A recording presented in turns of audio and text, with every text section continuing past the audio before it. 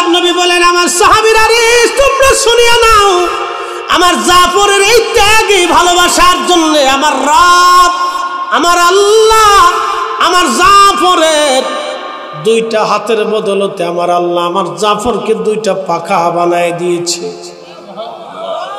আমার জাফর 8টা জান্নাতের যেখানে খুশি সেখানে আমার জাফর উড়ে উড়ে ঘুরে ঘুরে বেড়ায়। আল্লাহু আকবার। হ্যাঁ সাহাবীরা, তোমরা দেখো না আমি দেখি, তোমরা যা শোনো না আমি তা শুনি, তোমরা যা বুঝো না আমি তা বুঝি। নবী যা দেখেছে আমরা তা দেখি না, নবী যা শুনেছে আমরা তা শুনি না, নবী যা বুঝে আমরা তা বুঝি না। এই জন্য আমরা এবং নবী এক না, নবীর মতো আমরা না, আমাদের মতো নবী না। কথা কর না কেন? যারা বলে নবী আমাদের মতো তারা আহলে সুন্নাত ওয়াল জামাত হতে পারে না। আহলে সুন্নাত ওয়াল জামাত এই জামাত করলে আপনি টেন্ডার পাবেন না, রাস্তা পাবেন না, সুযোগ পাবেন না, পুলিশ পাবেন না, সেনাবাহিনী পাবেন না। এই জামাত করলে আপনি দুনিয়াবি কোনো সুযোগ সুবিধা পাবেন না, চাকরি পাবেন না, বাকরি পাবেন না, ব্যবসা পাবেন না, বাণিজ্য পাবেন না। বলে হুজুর তাহলে এই জামাত করলে কি পাবো? এই জামাত করলে মরণের সময় ঈমান নিয়ে কবরে যেতে পারবেন। কোন সময়? জোরে কোন? মরণের সময় ঈমান নিয়ে এই জামাত তাহলে সুন্নাতুল জামাত করলে মরণের সময় ঈমান নিয়ে কবরে যেতে পারবেন, কবরে নবী পাবেন। হাসরে সুযোগ সুবিধা বলে কি পাবেন? হাসরে এই জামাত করলে হাসরে মিজানের পাল্লায় নবী পাবেন, এ জামাত করলে হাউজে কাউসার পাবেন, ফুলসিরাতের ঘাটে আমার রসুলের দেখা পাবেন, এ জামাত করলে আল্লাহর জান্নাত পাওয়া যাবে। সেই জামাতের নাম আহলে সুন্নাত ওয়াল জামাত। এ জামাত আগেও ছিল, এখনো আছে, আগামীতেও থাকবে। বাকি যত জামাত আছে সব শেষ হয়ে যাবে। আর জি খার জি রাফি জি শিয়া মুতাজিলা জাবলিয়া লামাজবি যা কিছু বলেন না কেন এক সময় সব নিশ্চিহ্ন হয়ে যাবে। আহলে সুন্নাত ওয়াল জামাত জমিনে টিকে থাকবে, কারণ এটা আল্লাহর ওলিদের জামাত। কথা কন না কেন? আরো বুঝাই। 750 বছর আগে শাহজালাল ইয়ামানি আসলেন। 750 বছরের ইতিহাসে কত রাজা মহারাজা, কত আমির ওমরা, কত জমিদার, কত ধনী, কত প্রভাবশালী, কত ব্যক্তিত্বরা কবরে চলে গেল। তাদের রাজপ্রাসাদ মাটির সাথে মিশে গেল, তাদের কবর নিশ্চিহ্ন হয়ে গেল। তাদের কবরে শিয়াল কুত্তাও যায় না, ঘাস তরুলতা পাতা জন্মাই গেল, কবর মাটির সাথে ধুয়ে চলে গেল। কিন্তু শাহজালাল ইয়ামানি 360 আউলিয়া এখনো আছে। আগামী 700 বছর পৃথিবী থাকলে 700 বছর পরেও ওনাদের পাওয়া যাবে। এইখান থেকে বুঝে যান। এবার কোন জামাত করবেন চিন্তা ভাবনা করিবেন।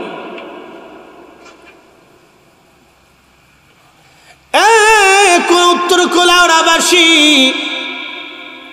আমাহিয়া আমাদের জীবনের সব কিছু হবে আল্লাহর জন্য। আল্লাহর ওলিরা জীবনের সব কিছু তারা আল্লাহর জন্য করত, আল্লাহর জন্য নিবেদিত প্রাণ হতো, আল্লাহর জন্য করেছে। এ জমিনে রন্দে রন্দে আল্লাহর ওলি ফুলতুলি সাহেব কেবলা অসংখ্য মানুষকে কোরআনের খেদমত, কোরআন শিখিয়ে দিয়ে, সুন্নিয়তের দিশা দিয়ে, এশকে রসুল শিখাইয়া তিনি আজ ঘুমিয়ে গেছেন। বিনিময়ে আমার আল্লাহ কোটি কোটি মানুষের হাত ওনার জন্যে হাত উত্তোলিত হয়। প্রত্যেক মাহে রমজান আসলে অন্তত লক্ষ লক্ষ কোরআনের খতমের নেকি আল্লামা ফুলতুলির খেদমতে আমার আল্লাহ পাঠায়। কথা কন না কেন? ঠিক কিনা? এই জন্য দোয়া করলে দোয়া পাবেন, দোয়া মানলে দোয়া পাবেন। যারা দোয়া মানে না দোয়া পাবে না। আচ্ছা, আপনাদের কি মনে হয় ইমাম হুসেইন রাদিয়াল্লাহু আনহু কারবালায় শহীদ হয়েছে কি ক্ষমতার জন্য? না। যদি ক্ষমতার জন্য শহীদ হয় তাহলে বোঝা গেল উনি দুনিয়া লোভী ছিল। ক্ষমতার জন্য শহীদ হয় নাই, উনি শহীদ হয়েছেন আল্লাহর নবীর রেখে যাওয়া দ্বীনের জন্যে, এই বিশুদ্ধ আকীদা ঈমানের জন্যে। কথা বলেন ঠিক কিনা?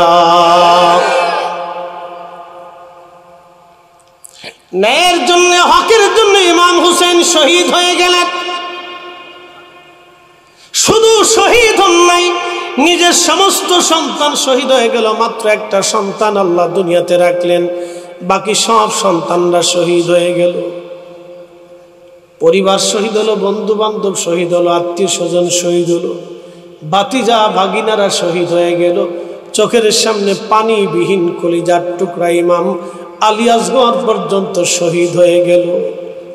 যেই ফোরাতের তীরে তিনি শহীদ হয়েছিলেন, শুনে যাবেন আজ পৃথিবীতে 4টা নদী আল্লাহর জান্নাত, 2টা নদী আল্লাহর জান্নাত থেকে এসেছে। আল্লাহ রাসূল সহিহ বুখারীতে বলেছেন 2টা নদী আল্লাহর জান্নাত থেকে এসেছে। একটা নদীর নাম নীল নদ, আর একটা নদীর নাম ফোরাত নদ। এই 2টা নদী আল্লাহর বেহেশত থেকে আসছে।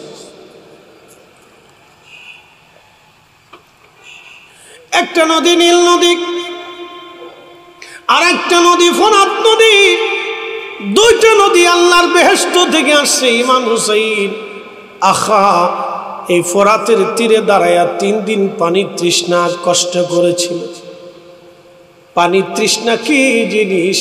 মাহে রমজানে এই বছর রোজা আসতেছে, রোজার শেষ দশকে বুঝবেন পানি কি জিনিস। কারণ শেষ দশকে যখন গরম পড়বে, প্রচন্ড গরমে মানুষের কলিজা শুকায় আসবে। বাংলাদেশের গরম আর আরবের গরম এক গরম না, বাংলাদেশের গরম আর আরবের গরম এক গরম না। বলে কারণ কি? বাংলাদেশের গরম আর আরবের গরম এক গরম না। বাংলাদেশের গরমে মানুষের শরীর থেকে চুপসে চুপসে ঘাম বের হয়ে আসে, আরবের গরমে মানুষের শরীর শুকায় আসে এবং নিঃশ্বাসের সাথে গলাগুলি, নাকগুলি, ভিতরে লাঞ্চ পর্যন্ত, কলিজা পর্যন্ত শুকিয়ে আসে। এই আরবের প্রচন্ড গরমে ইমাম হুসেন 3 দিন তৃষ্ণার্ত ছিলেন, ক্ষুধার্ত ছিলেন, সন্তানরা ক্ষুধার্ত ছিল। পানিবিহীন সেই দিন তারা আত্মসমর্পণ করেন নাই। শির উঁচু করে, মিথ্যার সামনে মাথা নত না করে, শির উঁচু করে হকের জন্য, ঈমানের জন্য আহলে বাইত রাসূল ইমাম হুসাইন শহীদ হয়েছিলেন। মিথ্যার সামনে মাথা নত করেন নাই। কথা বলেন ঠিক কিনা? সেদিন যদি হুসাইন মাথা নত করতেন, নবীর উম্মত কিয়ামত পর্যন্ত মিথ্যার সামনে মাথা নত করত।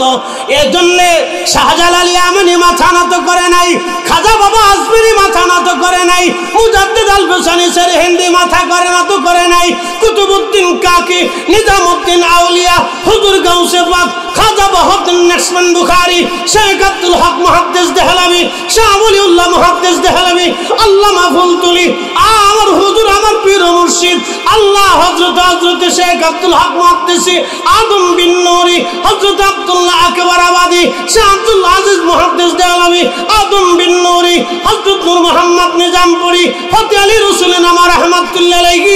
পৃথিবীর যুগে যুগে যুগে যুগে যত আউলিয়া কিয়া মুজাদ্দিদ কুতুব জামান এসেছিলেন, তারা মিথ্যার কাছে মাথা নত করে নাই, শির উঁচু করে আল্লাহর জমিনে কালেমার ঈমানের খেদমত তারা করে ঘুমিয়ে গেছে। কথা বলেন ঠিক না বেঠিক? এ মুসলমান, মনোযোগ দিবেন। প্রিয় উপস্থিতি আমার, এই আল্লাহর পথের পথিক হয়ে যারা কবরে চলে গেল, আল্লাহ কোরআনে বলে দিলেন, ওয়ালা তাকুলু লিমান ইউকতালু ফি সাবিলিল্লাহি আমওয়াত। আল্লাহর পথে যারা মারা যায়, তোমরা তাদেরকে মরা মনে করিও না, তারা জিন্দা জিন্দা জিন্দা। বাল আহইয়া, বরং তারা জিন্দা।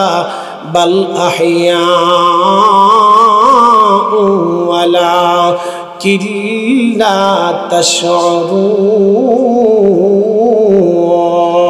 তাশউরুন। চিৎকার মেরে জোরে বলেন আল্লাহু আকবার। পৃথিবীতে একজনের দুইটা মাজার আছে, তিনি ইমাম হুসাইন। পৃথিবীতে তার দুইটা মাজার আছে। দেহ মুবারকের মাজার হচ্ছে ইরাকের বাগদাদে কারবালার প্রান্তরে, আর মাথা মুবারকের মাজার বর্তমান মিশর আল আজহার বিশ্ববিদ্যালয়ের পাশে। ওনারই মাত্র দুইটা মাজার, আর কারো দুইটা কোনো মাজার নাই, শুধুমাত্র ওনার দুইটা মাজার আছে। ইমাম হুসাইন সুলতানে কারবালা, সুলতানে কারবালা। ইয়াজিদ চেয়েছিল আহলে বাইতে রসুলকে হত্যা করে তাদের এই ইসলাম চিরতরে মাটির সাথে মিশিয়ে দেব। না, ইমাম হুসাইনের ইসলাম, ইমাম হুসাইনের নানার ইসলাম জিতে গেল। ইয়াজিদের বানানো মিথ্যা বানোয়াটি সিস্টেম প্রথা পৃথিবী থেকে বিলুপ্ত হয়ে গেল। কথা বলেন ঠিক কিনা? এ মুসলমান শুনিয়া যান, আহলে বাইতে রাসূল ইমাম হুসাইন রাদিয়াল্লাহু আনহুর পবিত্র মস্তক, বর্তমান যেটা গাজা, এই গাজার আগে নাম ছিল আসকালান। এইখানে ইমাম হুসাইন রাদিয়াল্লাহু আনহুর পবিত্র মস্তক সমাহিত করা হলো। খ্রিস্টানরা এই অঞ্চল দখল করে নিয়ে নিল। বহু বছর, তার ইন্তেকালের 470 বছর পরে খ্রিস্টানরা দখল করে নিল। 530 হিজরির ঘটনা বলতেছি। ঘটনা 530 হিজরি, ইমাম হুসাইন শহীদ হলেন 560 হিজরি। ঘটনা 530 হিজরি, শাহাদাতের 470 বছর পর। মনোযোগ দিবেন, ইমাম হুসাইন শহীদ হলেন 60 হিজরি, ঘটনা ঘটতেছে 530 হিজরি। তার মানে ওনার শাহাদাতের 470 বছর পরে যখন খ্রিস্টানরা আল আকসা দখল করে নিয়ে গেল, মুসলমানরা বিপাকে পড়ে গেল। কঠিন পরিস্থিতি। এখন সারা পৃথিবীর মুসলমান নির্বাক, কিছুই করার নাই। দখল করে নিয়ে গেল খ্রিস্টানরা। মিশরের যিনি বাদশা ছিলেন তিনি চিন্তা করলেন মুসলমানদের জায়গাটা দখল হয়ে গেল, খ্রিস্টানরা নিয়ে গেল, কিন্তু আমাদের সুলতানে কারবালার পবিত্র মস্তক ওই দেশে, ওইখান থেকে তার পবিত্র মাথা নিয়ে আসি আমরা। মিশরের বাদশা প্রস্তাব দিল, ঠিক আছে, ইমামে হুসাইন রাদিয়াল্লাহু আনহুর পবিত্র মাথা নিয়ে আসবো। খ্রিস্টান প্রশাসক বলল, নিতে পারো, মাথা দিয়ে তো আমাদের কোনো কাজ নাই, যদি নিতে চাও 30,000 স্বর্ণ মুদ্রা আমাদের দিতে হবে। 30,000। তখনকার দিনে 30,000 স্বর্ণ মুদ্রা মানে অনেক টাকা। শত শত কোটি কোটি টাকা, শত শত কোটি কোটি টাকা। হযরত ইমাম হুসাইন রাদিয়াল্লাহু আনহুর পবিত্র মাথা মোবারক নিয়ে আসবে। মিশরের বাদশা 30,000 স্বর্ণ মুদ্রা খ্রিস্টান প্রধানকে দিয়ে দিলেন। মিশরের বাদশা এবং লোক লস্কর আমির উমরা নিয়ে উলামা ইকরাম নিয়ে রওনা করলেন। উন্ডা গেলেন, কিন্তু খালি পায়ে গেলেন, জুতা পরলেন না। জুতা খুলে শূন্য পদে তারা হেঁটে হেঁটে হেঁটে হেঁটে ইমাম হুসাইন রাদিয়াল্লাহু আনহুর পবিত্র বরগাহে মাজারে গেলেন। রওজা শরীফে যাইয়া মাটি উঠাইলেন, মাথা মুবারকের রওজা থেকে মাটি উঠাইয়া 470 বছর আগে যেইভাবে শহীদ হয়েছিল, ঠিক 470 বছর পরে পবিত্র মাথা মাটির নিচে ওই রকমই ছিল, একটা চুল পর্যন্ত খসে পড়ে যায় নাই। একবার জোরে বলা যাবে কি আল্লাহু আকবার? তাহলে বলেন, শহীদরা কবরে জিন্দা আছে না নাই? উহুদে চলে যাবেন, যেখানে আল্লাহর নবী রাত্রিবেলা বিশ্রাম নিয়েছিলেন। উহুদের পাহাড়ের যেই ফাঁকা স্থানে নবীজি বিশ্রাম নিয়েছিলেন। আমি এই বছর হজে মাওলানা মাইনুদ্দিন আহমদ জালালাবাদী সাহেবের সাথে গিয়েছিলাম। খাজা সাহেবের সাথে হজে গেলাম। ওনাকে বললাম, মামা আমাকে নিয়ে চলেন, উহুদে রাত্রি যাব। আমরা কয়েকজন আলেম, সিলেটের একজন ছিলেন, এরকম কয়েকজন আলেম আমরা একসাথে গেলাম রাত্রিবেলা উহুদে। রাত্রিবেলা এখানে যাওয়ার পরে যখন আমরা পাহাড়ের উপরে উঠলাম, যেখানে আল্লাহ নবী বিশ্রাম করেছিলেন সেই জায়গাটা সিমেন্ট দিয়ে ঘিরে রাখা হয়েছে। তার পাশে সুন্দর জায়গা আছে, কিছু জায়গা বসা যায়। আমরা ওইখানে যখন উঠলাম দেখলাম, লক্ষ্য করলাম বাতাস থেকে আল্লাহর মিশকের জান্নাতের ঘেরান বাতাসে ভেসে ভেসে আসে। আমি আমার জীবনকে, আমি আমার চোখকে, আমি আমার কানকে, আমার নাককে, আমার জিন্দিগিকে আমি ফাঁকি দিতে পারবো না। প্রিয় মুসলমান, শুধু আমি একা না, আরো কয়েকজন, আমরা 6-7 জন হাজী এখানে উপস্থিত ছিলাম। বাতাসের সাথে সুঘ্রাণ বেশি আসে। চিন্তা করলাম সুঘ্রাণ কোথা থেকে আসে? আল্লাহু আকবার। সেই সিমেন্টের যেই জায়গাটা ঘিরে রাখা, সামান্য জানালার মতো একটু কাটা ফাটা আছে। আমরা মাথা ঢুকায় লক্ষ্য করলাম যেখানে আল্লাহর নবী বসেছিলেন, রাত্রিবেলা বিশ্রাম করেছিলেন, সেই রাত্রিবেলা 1450 বছরের পরেও সেখান থেকেই আল্লাহর বেহেশতের মেশকের ঘিরান তখনও আসতেছে। আল্লাহু আকবার। উত্তর কুলাউড়াবাসী খুব মনোযোগ দিয়ে শুনিয়া যান। শুধু ইমাম হুসেইন না, পৃথিবীতে যত যুগে যুগে যত নবী ওলিরা অথবা শহীদরা ঘুমিয়ে গেছেন, আল্লাহ তাদেরকে কবরের ভিতরে জিন্দা রাখেন। বিশ্ববিখ্যাত আশিক রাসূল আল্লামা ইমাম মুহাম্মদ ইবনে সুলাইমান জাজুলি ইন্তেকালের 70 বছর পরে ওনার কবর থেকে উঠানো হলো। 70 বছর পরে দেখা গেল ওনার কবরের ভিতরে 70 বছর আগে যেইভাবে দাফন করা হয়েছিল সেইভাবে 70 বছরে একটা কাফনের কাপড় পর্যন্ত নষ্ট হয় নাই। বন্ধু মনোযোগ দিবেন। 1933 সালে মহান নবীর 2 জন সাহাবী, একজন হুযায়ফা রাদিয়াল্লাহু আনহু, একজন আব্দুল্লাহ আনসারী রাদিয়াল্লাহু আনহু, ইরাক আনা হয়েছিল।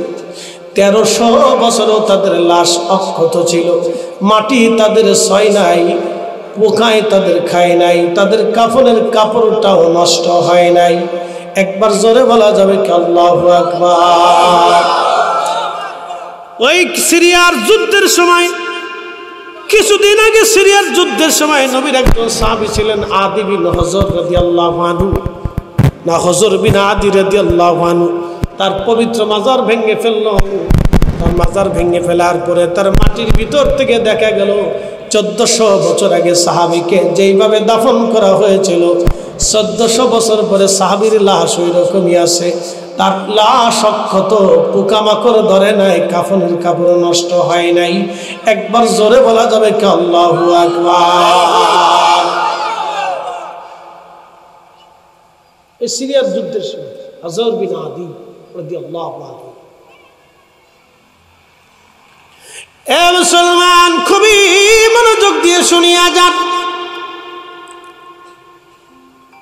এই জন্য আল্লাহর পথের পথিক যারা, আল্লাহর জন্য নিজের সবকিছুকে যারা দিয়ে দেয়, আল্লাহ তাদের হয়ে যায়, আল্লাহ তাদের হয়ে যায়। এই জন্য আমাদের সবকিছু যেন আল্লাহর জন্য হয়, আল্লাহর উদ্দেশ্য হয়। মাহে রমজান আসবে আল্লাহর জন্যে, রোজা আল্লাহর জন্যে, আমাদের জীবন আল্লাহর জন্যে, কর্ম আল্লাহর জন্যে, সালাত আল্লাহর জন্যে, যাকাত আল্লাহর জন্যে, ইবাদত আল্লাহর জন্যে, জিকির আল্লাহর জন্যে, মাহফিল আল্লাহর জন্যে, আমাদের সন্তানাদি বাচ্চা কাচ্চা সব আল্লাহর জন্যে, আমাদের সব কিছুই আল্লাহর জন্য হবে। আল্লাহর জন্য যদি আমরা সব কিছু করতে পারি, আমার রব, আমার আল্লাহ আমাদের হয়ে যাবে। আল্লামা ইমাম সুয়ুতি খাসাইসুল কুবরাতে একটা ঘটনা লেখেন।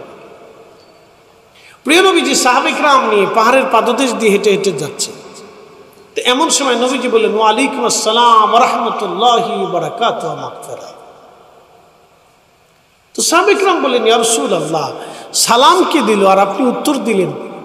সালামকারীকে তো দেখলাম না, কিন্তু উত্তর তো দিয়ে ফেললেন। নবীজি বললেন, সাহাবীরা রে, আমার জাফর হযরত আলী রাদিয়াল্লাহু আনহুর আপন ছোট ভাই, নবীজির চাচাতো ভাই জাফর, মুতার প্রান্তরে তিনি শহীদ হয়েছিলেন। জিহাদ করার সময় যখন তিনি শহীদ হয়েছিলেন, কাফেররা তার ডান হাত কেটে ফেলে দিয়েছিল, বাম হাত দিয়ে কালেমার পতাকা ধরেছিলেন। কাফেররা তার বাম হাত কেটে ফেলে দিল। জাফর কালেমার পতাকা কামড় দিয়ে চেপে ধরে রাখলেন, কালেমার পতাকা কামড় দিয়ে চেপে ধরে রাখলেন। কাফেররা থেকে বর্ষার আঘাত করলো পতাকা ফেলে দেওয়ার জন্য, কিন্তু জাফর তিনি শহীদ হয়েছেন। কালেমার পতাকা কামড় দিয়ে চেপে ধরেছিলেন, কালেমার পতাকা তিনি জমিনে পড়তে দেন নাই। একবার চিৎকার মেরে জোরে বলা যাবে আল্লাহু আকবার। আল্লাহর নবী বলেন, আমার সাহাবীরা রে তোমরা শুনিয়া নাও, আমার জাফরের এই ত্যাগ, এই ভালোবাসার জন্য আমার রব, আমার আল্লাহ, আমার জাফরের দুইটা হাতের বদলতে আমার আল্লাহ আমার জাফরকে দুইটা পাখা বানায় দিয়েছে। আমার জাফর 8টা জান্নাতের যেখানে খুশি সেখানে আমার জাফর উড়ে উড়ে ঘুরে ঘুরে বেড়ায়। আল্লাহু আকবার। হ্যাঁ সাহাবীরা, তোমরা দেখো না আমি দেখি, তোমরা যা শোনো না আমি তা শুনি, তোমরা যা বুঝো না আমি তা বুঝি। নবী যা দেখেছে আমরা তা দেখি না, নবী যা শুনেছে আমরা তা শুনি না, নবী যা বুঝে আমরা তা বুঝি না। এই জন্য আমরা এবং নবী এক না, নবীর মতো আমরা না, আমাদের মতো নবী না। কথা কর না কেন? যারা বলে নবী আমাদের মতো তারা আহলে সুন্নাত ওয়াল জামাত হতে পারে না। এটা বদ আকীদা, ভ্রান্ত মতবাদ। এক ভ্রান্ত মতবাদ আমাদের দেশে প্রতিষ্ঠিত হচ্ছে, ভ্রান্ত মতবাদ। আর এক মতবাদ আছে, যারা 8 টাকার তারাবি পড়ে ওরা কয় আল্লাহ রসুলের আব্বা আম্মা কাফের ছিল, তারা জাহান্নামী। কত নিকৃষ্ট মতবাদ আমাদের দেশে প্রতিষ্ঠিত হচ্ছে। আপনি জানেন মুসলমান হাসতে হাসতে জাহান্নামে চলে যাচ্ছে, নিজেও জানেন যে সে জাহান্নামে চলে যাচ্ছে।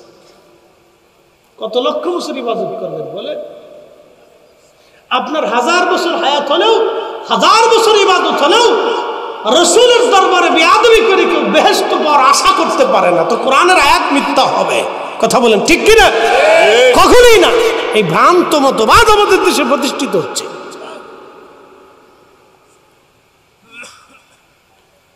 আপনি একটু চিন্তা করতে পারেন কত ভয়ানক মতবাদ। যেই মতবাদ আল্লাহ রসুলের সাথে চরম বেয়াদবি, আল্লাহ রসুলের আব্বা আম্মাকে গালি দেওয়া, নবীজিকে কষ্ট দেওয়া। ইন্নাল্লাযিনা ইউযুনাল্লাহু ওয়া রাসূলাহু লা'নাহুমুল্লাহু ফিদ দুনিয়া ওয়াল আখিরাহ। আল্লাহ বলে নিশ্চয় আমি আল্লাহকে যারা কষ্ট দিল, আমার রসুলকে যারা কষ্ট দিল, দুনিয়াতে তাদের উপরে লানত। আল্লাহ আমি আল্লাহর আখিরাতেও তাদের জন্য লানত। তাদের দুনিয়াও ধ্বংস, আখিরাতও ধ্বংস। তারা আখিরাতে কিচ্ছু পাবে না যারা আমি আল্লাহকে কষ্ট দেয়। আমার নবীকে যারা কষ্ট দেয় তাদের আখিরাত বরবাদ। নবীজির আব্বা আম্মাকে যারা গালি দিবে, কষ্ট দেবে, কাফের বলবে, তারা মূলত আমার নবীকে কষ্ট দেবে।